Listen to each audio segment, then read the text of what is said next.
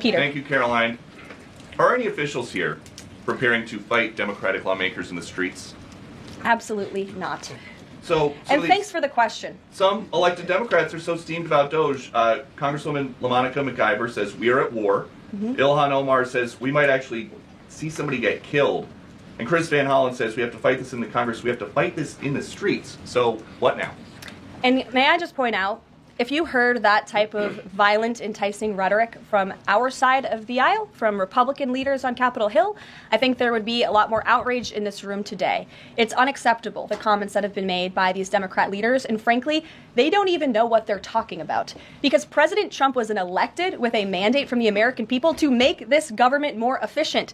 He campaigned across this country with Elon Musk, vowing that Elon was going to head up the Department of Government Efficiency, and the two of them, with a great team around them, were going to look at the receipts of this federal government and ensure it's accountable to American taxpayers. That's all that is happening here. And for Democrat officials to incite violence and encourage Americans to take to the streets is incredibly alarming, and they should be held accountable for that rhetoric. It sounds like something that they're most concerned about is Doge engineers with access to Treasury systems. Can you clarify? Do the Doge engineers have read-only access in these systems, so they are not allowed to write new code? No. They are not. Okay. No. And then one more thing. NBC is reporting that some of the illegal immigrants that we've seen rounded up and arrested are not being deported. They're being released with ankle or wrist monitoring devices, or they have to check in on the phone. So is the administration arresting more people than you have room for? I have seen the reports, and I'm glad you brought it up because we want to address it. There have been a total of 461 illegal aliens. This is of this morning when I got this information from DHS that have been released from custody of the more than 8,000 that have been arrested since President Trump was inaugurated. It's less than 6%. And there are reasons for their release. Some of the factors include a lack of significant likelihood of removal in the foreseeable future, lack of detention availability, which is something this president and this administration has been incredibly vocal about. We are doing everything we can to deport and detain illegal immigrants, but we need Congress's help to increase funding for Border Patrol and for ICE to increase detention capability in our facilities. And then other serious medical conditions have also been the reasons for some of the release of these individuals. But none of them have final deportation orders. Many of them are probably contesting their immigration status. I'd refer you to DHS for more details, but I did get that information because I knew it would be a question. So thank you. Sure. Yes. The president and you here again today have made clear, given the devastation, you think Palestinians have no choice but to leave Gaza and go elsewhere. But Palestinians say this is their home. They don't want to go. The president last night said he's willing to use the military if necessary. Is the U.S. prepared to remove Palestinians from Gaza by force? The president is prepared to rebuild Gaza for Palestinians and all people in the region, peace-loving people who want real economic development and opportunity in the region. This is a region that has been controlled by Iranian-backed terrorists, Hamas, who have brutalized not just Israelis but Palestinians too. It is because of Hamas that you see those images on that screen, that Gaza has become a demolition site because Hamas launched that brutal attack on Israel on October the 7th. And so again, I would stress, President Trump wants to ensure that this can be a place where all people can live in peace. He is a peacemaker in chief. He made that very clear in his first term. And as for how that will be accomplished, the president and his team are talking with our allies in the region to consider next steps. But should the American people be prepared to see U.S. military on the ground fighting a ground war against Hamas? Again, the president has not committed to U.S. troops in the region. But it is an option. I have said that the president has not committed to that yet. Garrett, great to see you here today. Thank you. On Gaza, the president has spent basically his entire public career criticizing foreign entanglements, nation building, sending American troops to fight abroad, particularly in the Middle East. This plan seems like it could ultimately involve all of those things.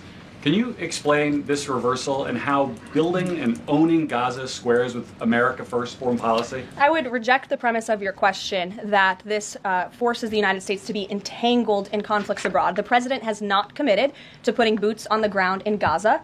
He has also said that the United States is not going to pay for the rebuilding of Gaza. His administration is going to work with our partners in the region to reconstruct this region. And let me just take a step back here, because this is an out-of-the-box idea. That's who President Trump is. That's why the American people elected him.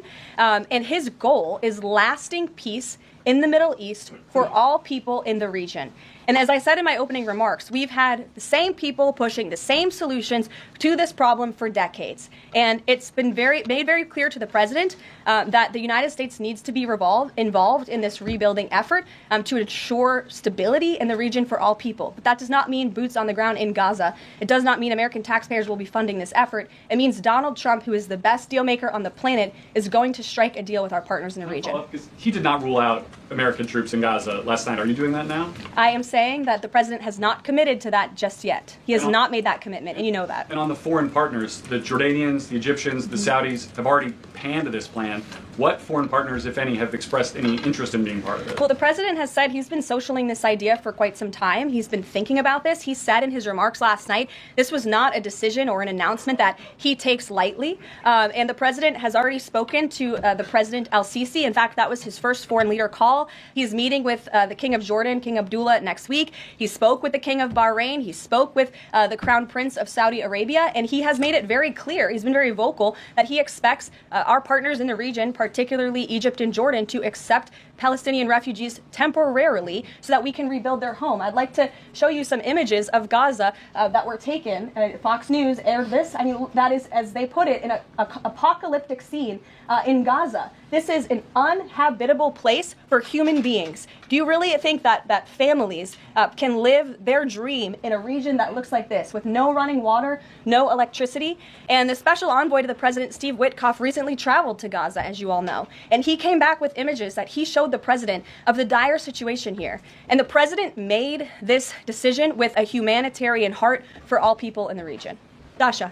Karoline, you said the president has been working on this idea for a while behind the scenes now. Is there a written plan based on the president's proposal for Gaza? And if so, when was it drafted and who had a hand in that? The plan was written in the president's remarks last night as he revealed it to the world and to the American people, and his team are continuing to be engaged on this effort. I saw the National Security Advisor this morning. He has a very busy day of calls, and they will, again, continue to engage with our partners. That includes Steve Witkoff as well. Mary. Two questions for you on the news of the day. So how is today's executive order going to impact the 2028 Summer Olympics in Los Angeles?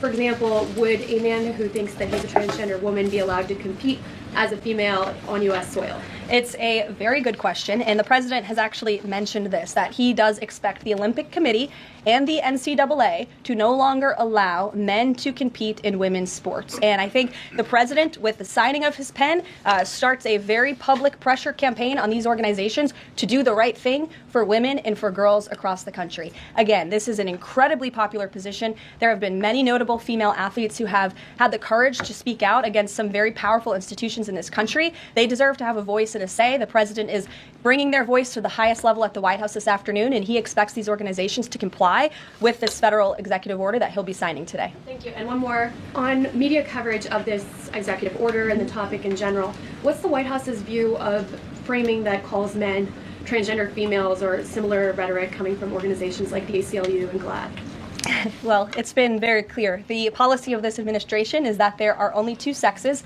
male and female. Pretty simple. Brian Glenn. Yes. USAID has gotten a lot of attention the last couple of days with some of these bizarre things that we've been, taxpayers have been funding. Now it looks like there are a couple media outlets that have been dragged into this conversation as far as USAID funding as well. Does the president have any comment on that? So upon coming out here to the briefing room, I was made aware of the funding from USAID to media outlets, including Politico, who I know has a seat in this room. And I can confirm that the more than $8 million taxpayer dollars that have gone to essentially subsidizing subscriptions to Politico on the American taxpayers' dime will no longer be happening. The DOJ team is working on canceling those payments now. Again, this is a whole of government effort to ensure that we are going line by line when it comes to the federal government's books. And this president and his team are making decisions across the board on, do these receipts serve the interests of the American people? Is this a good use of the American taxpayers' money? If it is not, that funding will no longer be sent abroad, and American taxpayers will see significant savings because of that effort. Thank you. I'd like to give some love to the back row. I've heard that unfortunately they haven't been called on in years past. So Reagan, why don't you go ahead? Thanks, Caroline. The WHC announced that comedian Amber Ruffin, who has called the president a toddler with his pants pulled down, will be the entertainment for this year's Correspondents' Dinner. Does the White House have a reaction to this choice, and will the president be attending the dinner this year? Certainly an interesting choice. I have the president's invitation on my desk. I have the invitation for myself on my desk as well. Haven't talked to the president about it. When he makes his decision, I will let you all know. But definitely an interesting choice of the comedian. I'll talk to the boss about it and see what we decide. Sure, go ahead. Yes, yes. On the executive order set to be signed today, you said that this will be enforced. Can you spell out for schools and the public how exactly the administration plans to enforce this, even at the local level?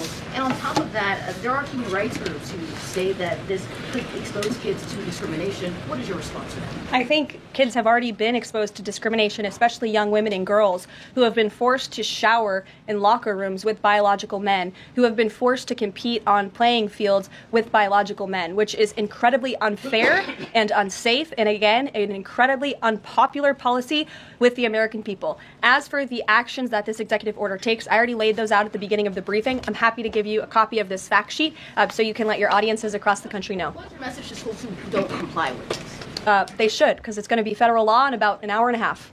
So your colleague to your right, to my Thanks, left. Caroline. Yes. Taylor with Spectrum News. You talked a bit about Doge. Elon Musk is currently a, quote, special government employee who also owns companies that have billions of dollars in federal contracts. You said earlier this week that he has abided by all applicable federal laws, but what steps is the Trump administration taking to address that conflict of interest? The president was already asked and answered this question this week, and he said if Elon Musk comes across a conflict of interest with the contracts and the funding that Doge is overseeing, then Elon will excuse himself from those contracts. And he has, again, abided by all applicable laws. In the back left, go ahead. Trade advisor Peter Navarro, when asked about the External Revenue Service today, said, quote, we're going to collect a lot of tariff revenues, and we're going to get tax cuts out of it. Is it the official position of the White House that tariffs will lower taxes for Americans? The president has always been clear that he believes tariffs are a tax on foreign nations, and he's committed to cutting taxes for the American people here at home. He also believes tariffs are a great revenue raiser for this country, and that's exactly why he has committed to the creation of the External Revenue Service, which I think is a phenomenal idea.